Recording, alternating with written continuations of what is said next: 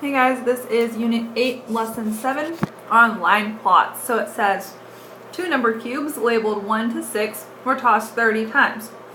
This frequency table shows the number of times each total occurred. You can organize data on the line plot to make the data easier to analyze.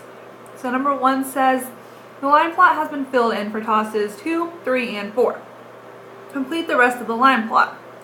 Alright, so if I look over here at my table, for 5, there were 3 tosses, so I'm just going to make 1, 2, 3 dots for that.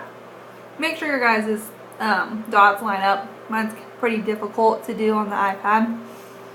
So for 6, we have 5. And for 7, 6.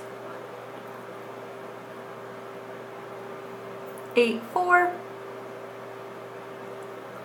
9, 4,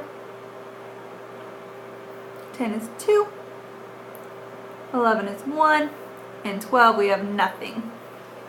Alright, so it says, based on this sample, describe the totals that are least likely to be tossed.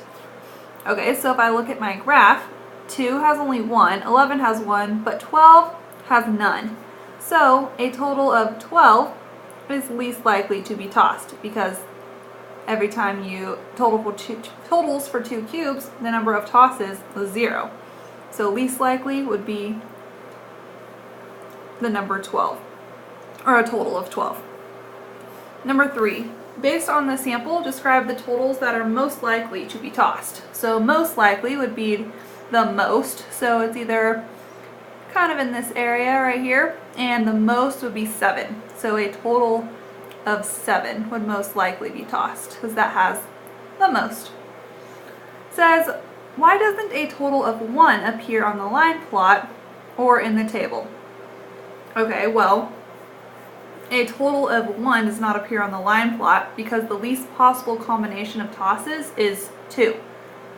So 2 is the least number of possible tosses, because if you're adding here, you're always going to have, there's not a 0, so you're always going to get a 1 or higher, and the sum is always going to be 2. Or you can write the sum is going to be greater than 2, or at least a sum of 2.